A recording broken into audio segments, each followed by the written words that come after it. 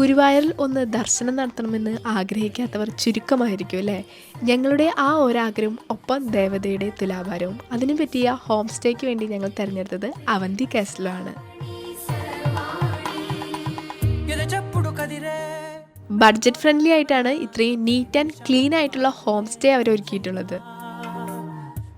നമ്മുടെ സ്വന്തം വീടെന്ന പോലെ നമുക്കിവിടെ ഭക്ഷണം പാചകം ചെയ്ത് വരെ കഴിക്കാം.